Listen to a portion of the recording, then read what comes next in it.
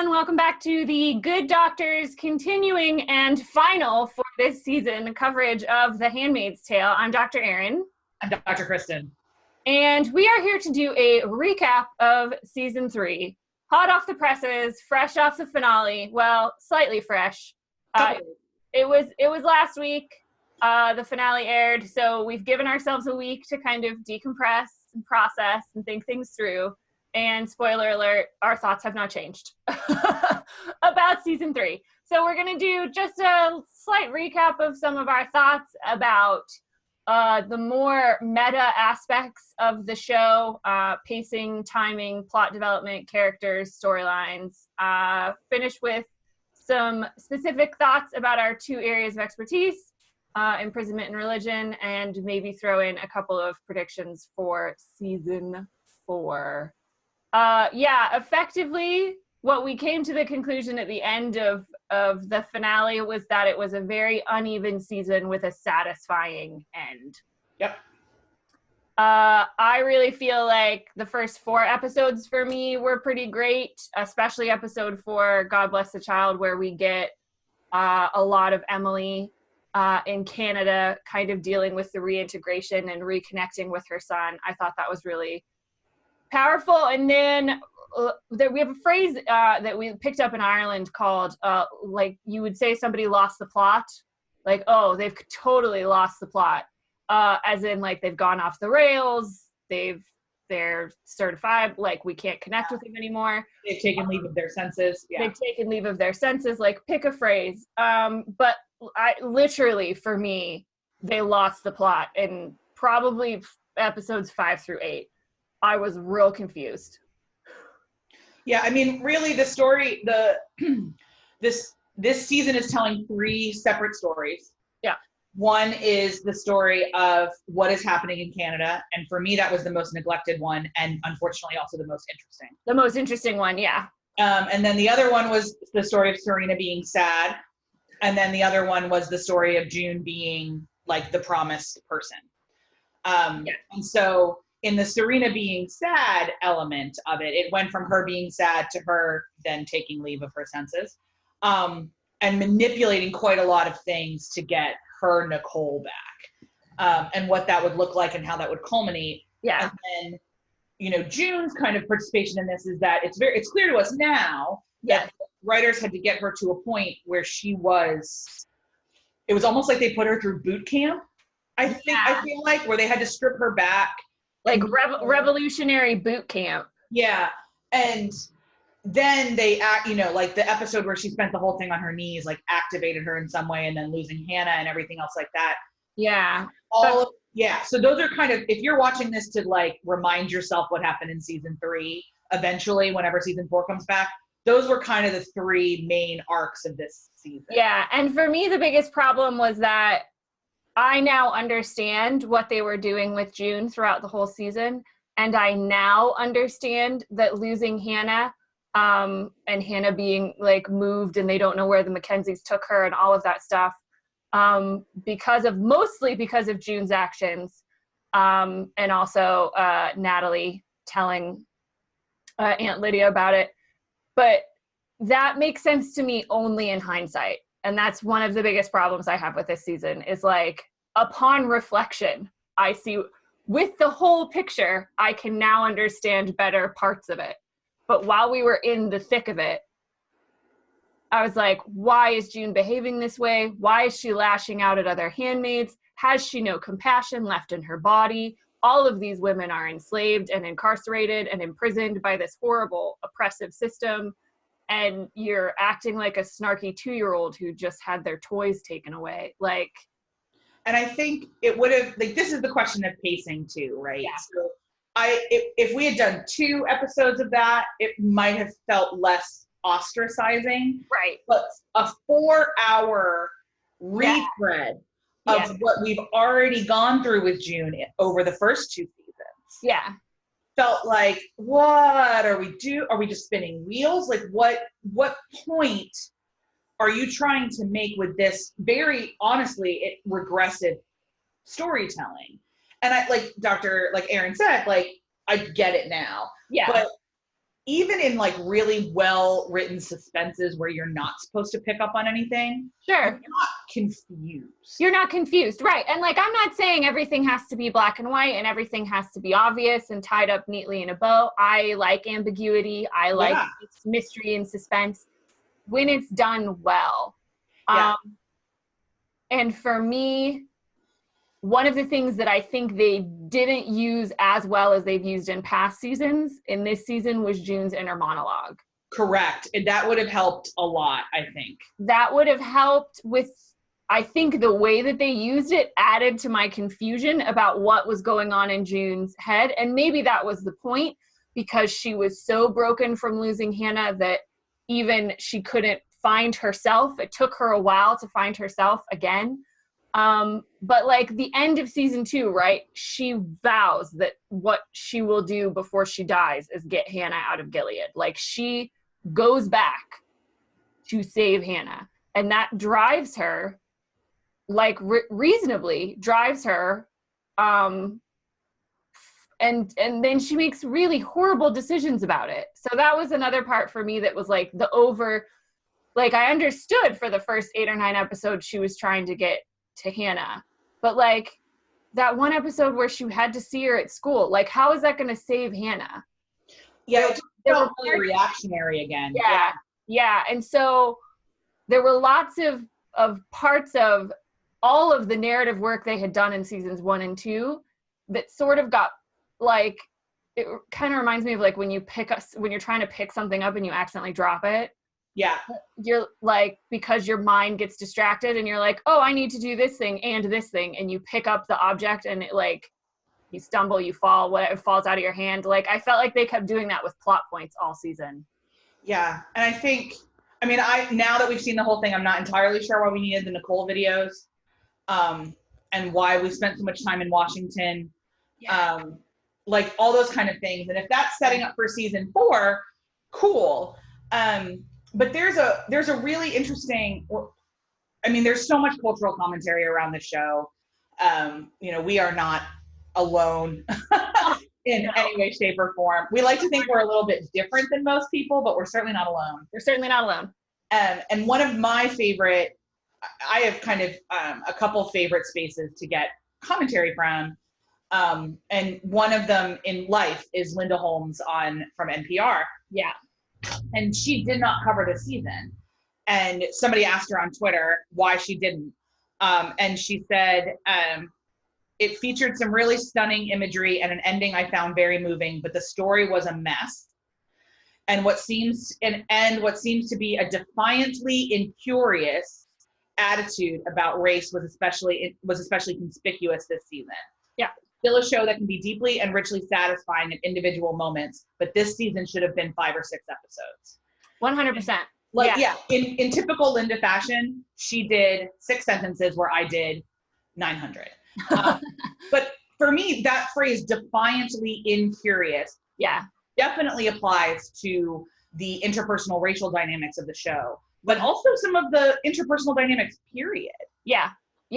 It's defiantly incurious about what Moira's interaction in Canada would be, or like the things that they are telling us are the most interesting are the things they are the least curious to explore. Yeah.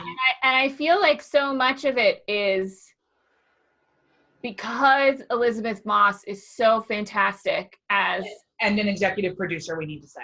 And an executive producer.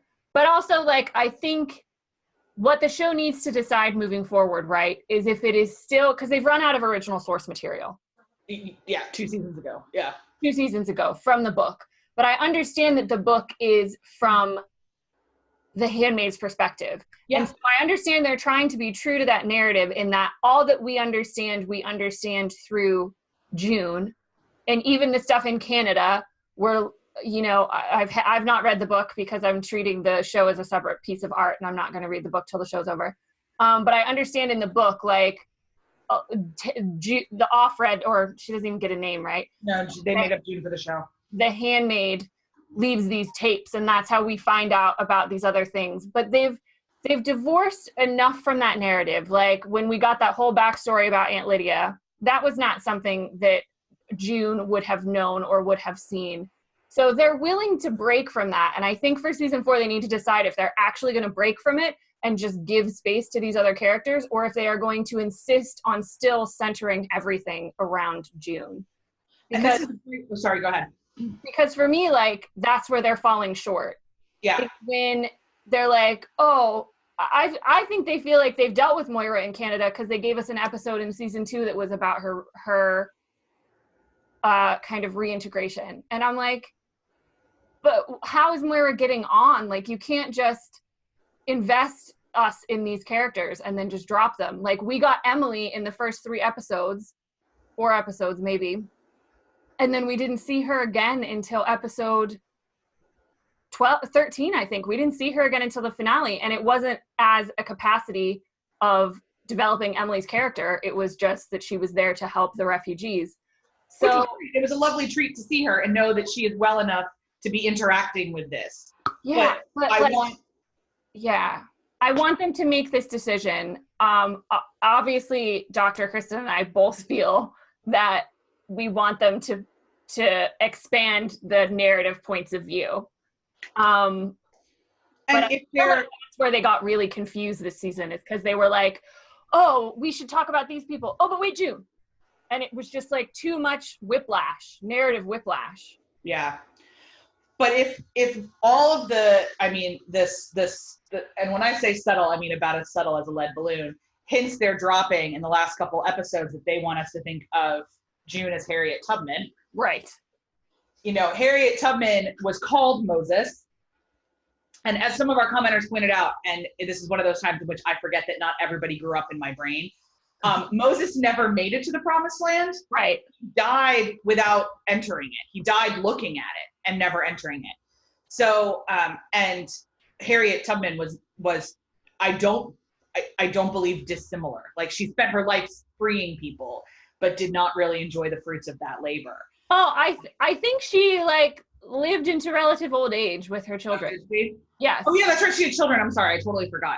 Yeah, so she lived to see sort of the fruits, but then obviously we know what happened after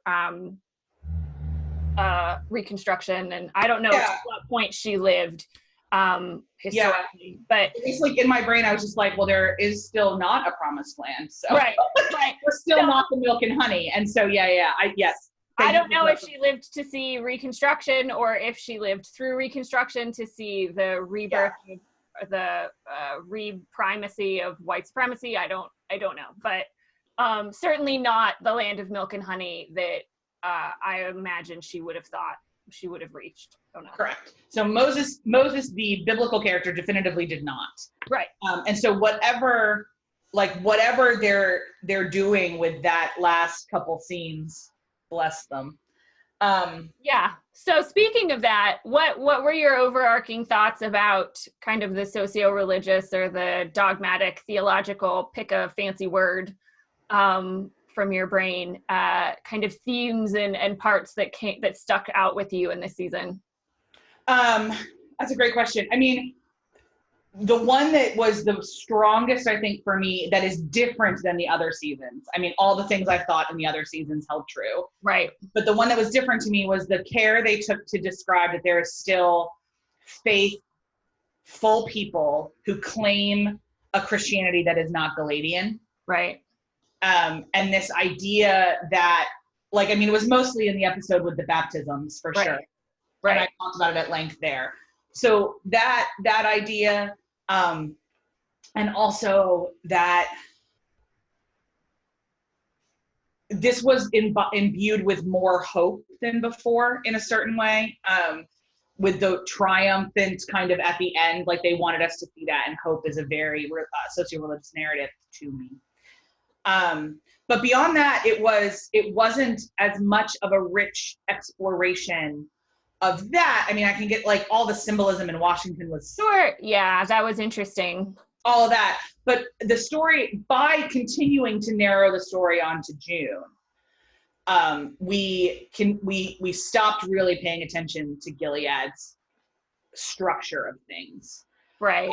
And I feel like that's one of the things that's the most emblematic of that is the rise of prominence in this season of the Marthas. Yeah. And we had an episode, the second episode of this season, I think, was called Mary and Martha. Yeah. Which you got to talk about the story of Mary and Martha again, which was really wonderful. But like, from all of the comments we've gotten from this season, people are really, really trucking with the narrative of the Marthas and want to learn more about Rita and want to learn more about Beth and the other Marthas that we've been given names for and the ones we haven't, and how this underground network that produced Mayday, that June just kind of appropriated, jumped onto, and now she's, Che effing Guevara all of a sudden. But what that line where the handmaid tells her, you jumped on a moving train, and now you jumped on a train that was already moving. Yeah, and now all of a sudden you're Che effing Guevara. Yeah. And want to hear more. People want to hear more about this. And I felt like we were just teased, and they were like, look at these really interesting people and really interesting characters, but June. Yeah, and I think, if I want to get really, like, socio-religion hacked, like, that's also the narrative of the American church. Sure. And I'm sure every other religious space around the world, but specifically the American evangelical church, is all of the Marthas doing all of the work and the person at the pulpit taking most of the credit. So, and that's, whether that's benevolent or not, like, there's a lot of places that I could go with that where, June's bizarre power is benevolent. She does not see herself as taking power from other people. Right. At all. So it's entirely, she thinks it's for the greater good and that's what matters. But that she's not dissimilar of a lot of other people that kind of appropriate revolutionary movements for their own goals, which may align. Yeah. But the strategies never do. We see this throughout. We see this in, you and I see this in Northern Irish history. We see this in, revolutionary Colombian history. Like, we kind of see it everywhere. But in terms of religion, it's very common for the worker bees of the church to be referred to as Marthas. Yeah. And for them not to get the credit for anything. Right. And even like, this struck me with this, because June was responsible for orchestrating this Mayday and deciding to get these many children out. Yes. And convincing people. She had to convince the Marthas to support her. She had to convince that guy Billy at Jezebel's to get the plane. All of this stuff. But even the last scene that we get really in Canada, where Rita says to Luke, your June did this. June did this. Now that you're talking about that, I'm like, yes, she did. Specifically, she was very instrumental in this. Yeah. She also, God only knows, that Martha's underground movement has probably been active since the start, day one of Gilead. And she could not have done any of that without the Marthas. Yeah. And if we want to talk about, like, put on our other hat, like, that's one of the things we talk about in organizational theory, right? Is that any organization where one person takes the credit is doomed to fail on some level, whether it's, financial failure and bankruptcy or cultural and moral failure. Yeah. Absolutely nothing is done independently or in a vacuum. And June's worst instincts have been exacerbated when she is alone. Yeah, but we get that. And for me, from like an imprisonment narrative point of view, I would say very similarly to what you said, like, we didn't get a lot into the structure of Gilead. A lot of the points I've made in previous seasons on those issues stand. Yeah. We got a lot more, I think, this season about the psychological damage, the psychological impact of prolonged imprisonment, prolonged isolation, prolonged de-individualization, all of those things I think we see happening to June as she kind of deconstructs herself. Clearly that was most of the episode with Natalie in the hospital room. In the hospital, yeah. That was really starkly brought to with that episode. And we get some reintegration efforts with Emily, which I think was done really, really well. Hopefully we get that with Rita in season 4. Mostly just, I'd like to see it with some of the children too. Yeah, yes, and the children. I would love them to bring back the girl who played Rebecca, because she was fire. And Amanda, we just need to give more lines to Amanda Brugel, who plays Rita, because she's amazing. And we do move really symbolically from a passive resistance individually and collectively to an active resistance at the end. And I thought they did that visually really well with the rocks, who, like, bonus points for whoever thought up that parallel between the season 1 finale and the season 3 finale. It trucked really well. Yeah. We've escalated, like, we left knowing where the mental and emotional position that these women are in, willing to now risk physical harm and physical action. RIP some of the Marthas that got shot and probably died. So that was, for me, like, they've moved that line down a little bit right at the end, as always. But yeah, I would love to see more from Canada, especially because now the Waterfords are there as well. So presumably we will hopefully spend more equitable time divided between Canada and whatever the resistance is going to do in Gilead in season 4. So speaking of season 4, yeah, I mean, we've talked about that.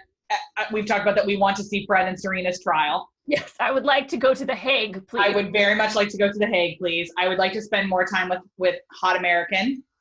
Yes, Mark Tuello. Thank you. I'm terrible with names. You called him American this time. Guys, I can grow. This is what you should take.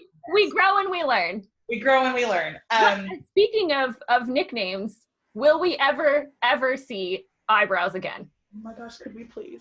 Could we please? He's just so handsome. I just need more Max Minghella in my life. I need more Max Minghella. But more than anything, I need, like, he is the ultimate. One of our lovely commenters pointed out that, like, he, the human being, is filming a movie. So that's why he wasn't part of this. Cool.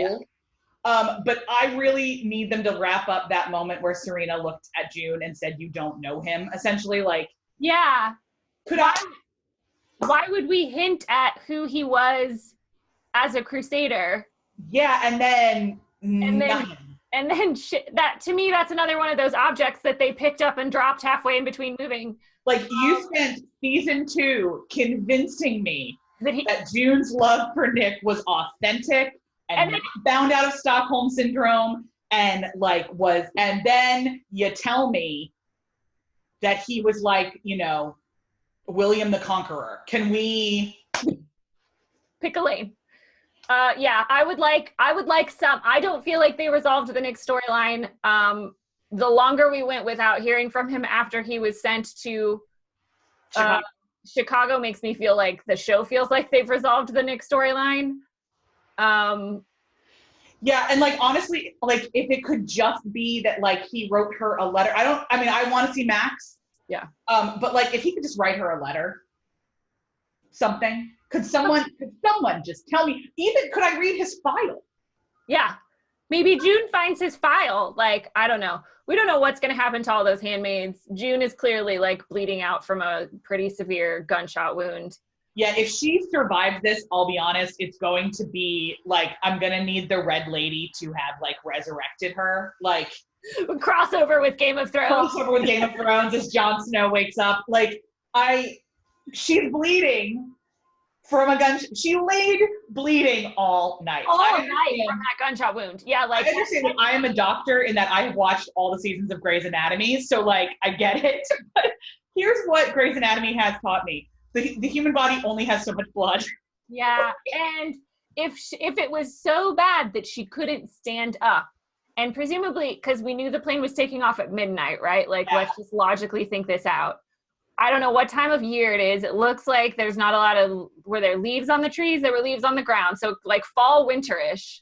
Yeah, so it's probably not getting light until 7:30, 8 o'clock. Probably not getting as light as it was. Like, It was full on morning when the handmaids found her. Not like dawn. Yeah. Full on morning, 7 or 8 in the morning. So she has been lying there bleeding for 8 hours. Yeah, no. And she's still alive. Which is why I thought maybe she was Jesus, because I was like, is this one of those, like, miracles? So, Yeah, so if clearly they can't go back to their houses. Are they going to live in the woods? Who's going to get June medical treatment? Is she going to miraculously recover from a severe gunshot wound and bleeding out for 8 hours to like lead the resistance? All of these questions we have for season 4. I would admire the show so much if the first episode was her funeral. Like, Yeah. if a year and a half from now, or whenever they deign to give us season 4, we open up and the opening thing is that June is dead, I will be so back in for this show. Yeah. If we open it up and June has somehow miraculously recovered, my skeptical hippo eyebrows are gonna just be planted all the way up in my hairline. Yeah, and I feel like this is one of the things that this show does, right? It's this belief that because it's a dystopian reality, they can get away with anything. They can get away with a lot of things. Particularly this show, this season we talked about the race problem extensively as one of those things that the show's like, oh, but it's a dystopian reality. So explain these things, all of a sudden 450 years of racial politics in the United States no longer inform people's interactions and or ideologies. After 5 years of a theocracy. After 5 years of a super conservative Christian-based theocracy. But lots of other things as well. I think they did a lot of Game of Thronesy type of time moves really quickly. People can move far distances. Yeah, everybody was on an Estella at one point, and I was like, what is happening? Yeah. So I really, really hope they can, because for me, I feel like, and we talked about this in the last season 13 recap, or episode 13 recap. Jesus Christ, let's not get to season 13. Sorry. I just flashed to this, like, we're doing this 10 years from now, and I was like, oh my gosh, free us. I still like the show. People are going to come at us for that. I just believe that stories have endings. We spent 5 years living in the UK, and one of the lessons we took away from that is that British television shows and Irish television shows and European television shows, by and large, can tell more condensed stories. Seasons don't last as long. Series don't have as many seasons. So that has shaped our perspective. But honestly, I feel like they've told us June's story. Exactly. June's story has finished, but I'm not sure if they're done with it. No, I don't think they will be, because if Elizabeth Moss keeps getting Emmy nominations, although she wasn't nominated for an Emmy for season 2. But she'll certainly get one for season 3 because she acted the shit out of it. Although if she did not get one for the birthing scene in season 2, I'm not sure what's happening, but who knows? Who put together her Emmy reel? That's a separate question. But yeah, I feel like I would love it so much more because it would free them to follow other perspectives. It would free them of this, we have to see everything through June's eyes. Yeah, and they went all Orange is the New Black with Aunt Lydia. Why can't we do that with other folk? Right. So, but yeah, I'm super, super interested in what happens to the Waterfords. I am 0% interested in what happens to any other commander and or any other commander's wife. Nope. Like if they wanted me to care about the Putnams, they had that opportunity when Janine was their handmaid, and now they have given me too many other interesting people. Yeah.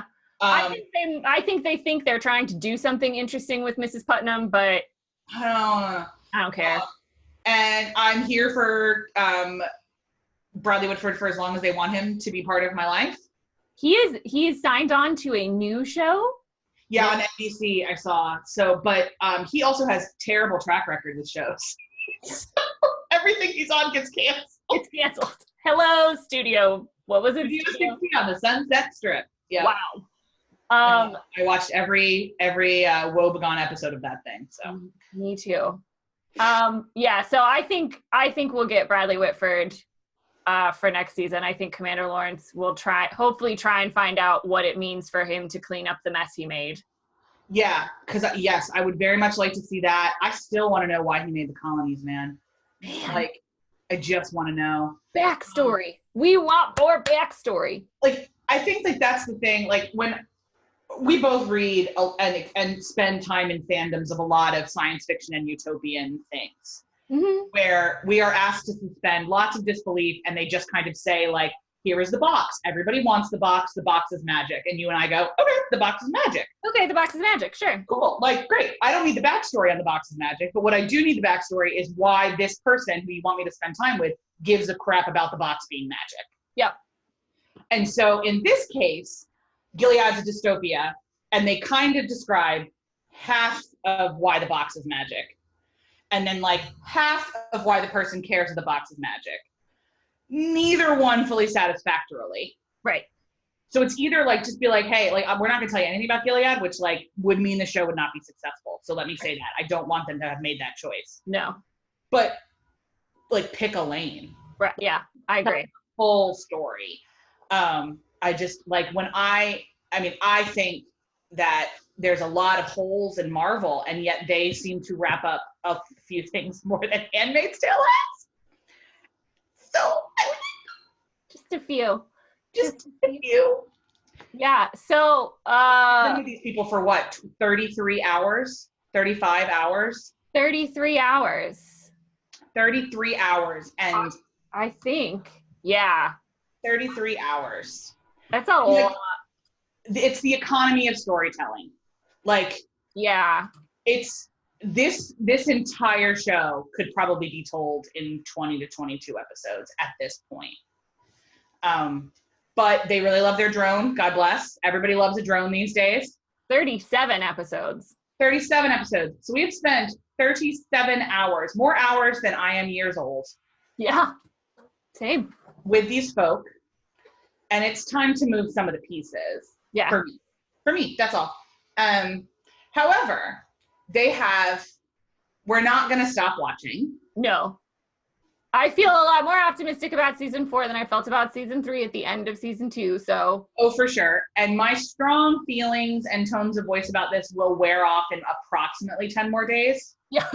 And then I will forget entirely, like, everything about this until it's time to cover season 4. Major plot points, yeah. One of the best things Netflix did was have, before the season 3 launch of Stranger Things, was have the cast sit down and read. Oh my God, that was so good. Seasons 1 and 2. Yeah. I would love if other shows would pick that up. Yep. I forgot, like, I can tell you vague things about what happened in the first 2 seasons of Stranger Things and the characters that I liked and the scenes that I loved, but like so many of the details, I was like, that happened? What? I would love for other people to do that. Yeah, and like the last show I paid attention to details on was Lost. Right. Because they told us that everything was a clue. Burned, and we were scalded by that show. I am not over that, nor will I ever be. It is a scar I carry upon my heart.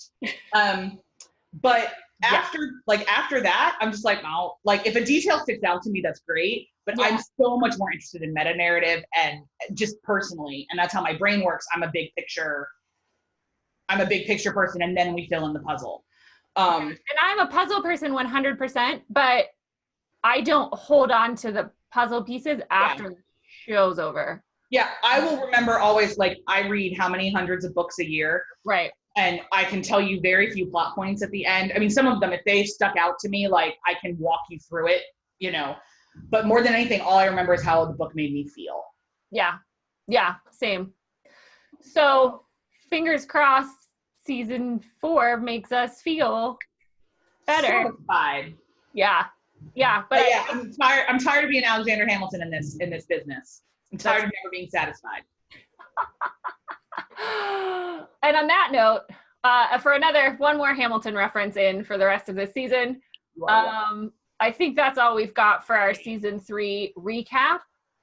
We will see everyone for season 4. We will be back to cover it whenever that happens.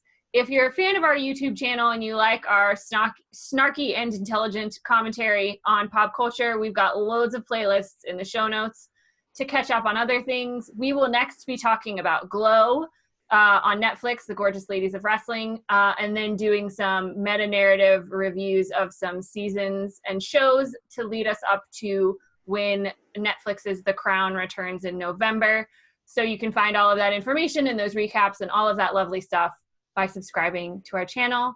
A great, wonderful thanks to all of those commenters and subscribers who joined us this season, who rejoined us this season, who shared in our distress and emotions and critiques and analysis and all of that stuff. Thank you so much to everybody who commented.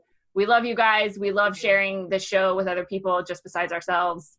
And even we love disagreeing. So we love, like, the agree to disagree is one of our favorite trademark phrases. But the fact that we come at everything with so many different perspectives and we take away different things is utterly and endlessly fascinating. Yeah. To both Erin and myself.